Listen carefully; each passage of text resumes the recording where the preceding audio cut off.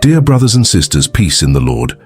Today we continue our journey through the life of Jacob, as told in F.B. Meyer's book, Israel, a Prince with God.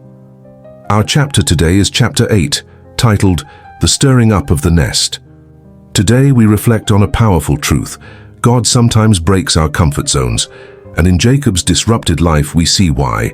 Because it's in those unsettling moments that he calls us forward into his greater plan. This chapter is based on Genesis chapter 31, where Jacob's life takes a sudden turn. He had grown comfortable in Haran, building wealth and family. But God had more for him, and the only way forward was through disruption. Section 1. The Parable of the Eagle's Nest. Let's begin with the image at the heart of this chapter, the stirring up of the nest. F.B. Meyer describes the eagle pushing her young eaglets out of the nest. At first, it feels cruel. The young birds tumble into the air, frightened and helpless. But all the while, the mother eagle flies beneath them, swooping to catch them if they fall, lifting them back up again. Slowly, they discover the power of their wings. They realize they were made for the skies, not the nest. What a vivid picture of God's ways with us. We too long for safety, for routine, for the familiar nests of our lives, our homes, our jobs, our relationships, our predictable patterns. And when life suddenly changes, when the nest is broken, it feels painful, even frightening. But just as the eagle is there under her young, God is there under us. He lets us be disturbed, not to destroy us, but to make us fly. As Isaiah chapter 40, verse 31 reminds us, "They that wait upon the Lord shall renew their strength. They shall mount up with wings as eagles." Lesson for us.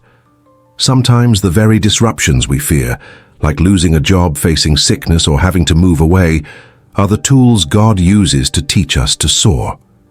Instead of clinging to our nest, we must trust that His hand is underneath us, ready to lift us again. Section 2. Jacob's growing comfort. Now let's turn to Jacob's life. In Haran, Jacob had become wealthy. He had flocks, herds, servants, wives, and children. By outward appearance, his life was successful. Yet the book reminds us he was drifting. His heart was losing its pilgrim spirit. He was in danger of forgetting the land of promise. His cleverness, his schemes, and his prosperity were slowly corroding his soul. And so God broke the nest. In Genesis chapter 31, verse 3, the Lord said to Jacob, "Return unto the land of thy fathers and to thy kindred, and I will be with thee." What a difficult call this must have been, to leave behind comfort, security, even family ties. Yet it was necessary. Without this disruption, Jacob would never have become Israel, a prince with God. Lesson for us. When God unsettles our life, He is not punishing us. He is protecting us from spiritual stagnation. Maybe you too are clinging to something that feels safe, but is quietly dulling your faith. God sometimes calls us out so that we can step into His promise. Think about an example. A person who has built a secure career, but God begins to stir their heart for ministry or missions. Or someone who enjoys a comfortable routine, but suddenly faces illness, and through it, learns to depend on God more deeply. The nest is shaken, but the result is spiritual growth. Section 3. The Voices of Opposition. Jacob's calling was clear, but as often happens, opposition rose up. His father-in-law Laban had cheated him many times, and now conflict between them grew open. Jacob feared that even his wives might resist leaving their homeland. He armed himself with arguments, exaggerations, and clever words to persuade them. But God had already gone ahead. Rachel and Leah said in Genesis chapter 31, verse 16, "Whatsoever God hath said unto thee, do." God had prepared their hearts. Jacob's fearful strategies weren't necessary. Lesson for us. We often hesitate, afraid of what people will say if we step out in obedience. We arm ourselves with excuses or arguments, but if God is calling us, He will prepare the way. He goes before us, opening doors and touching hearts. Our task is not to scheme, but to trust. Think of a real-life example. Maybe you sense God leading you to forgive someone, to share your faith at work, or to make a bold change. The enemy whispers, "What if they reject you? What if it fails?"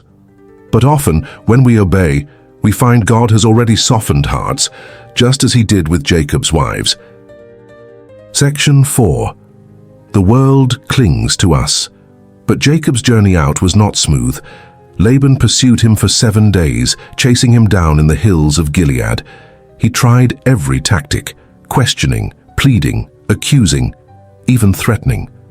He accused Jacob of stealing his idols, highlighting sin that was hidden in the camp. Isn't that just like the world? Whenever we try to leave its grip, it clings to us. It mocks our decisions. It tempts us with music, celebrations, compromise. It calls us hypocrites, pointing to our weaknesses.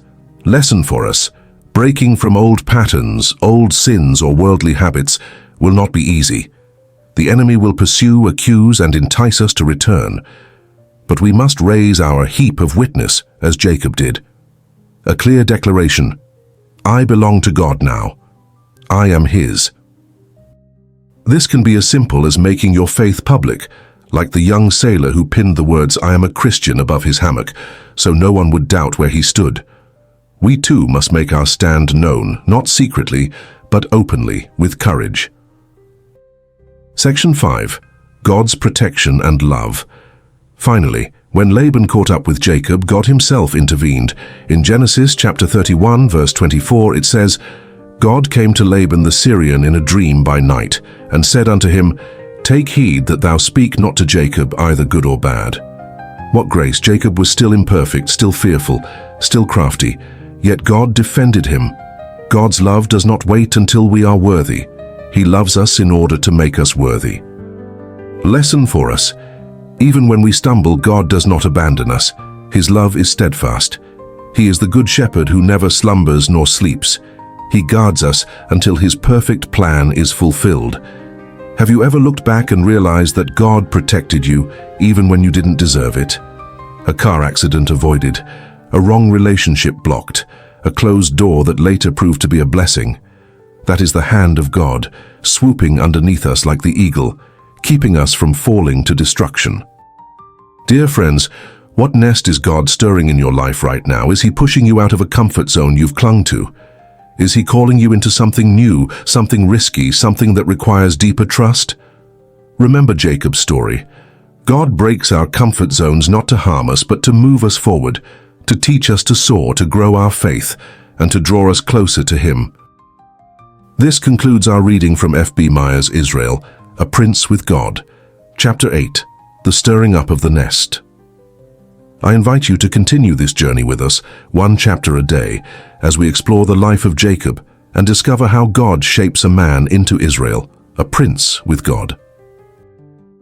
If this message has blessed you, please subscribe to our channel and share it with a friend who may also need encouragement today. Together, let's grow in faith and learn to trust God, even when he stirs up our nests. Peace be with you, and see you tomorrow for the next chapter.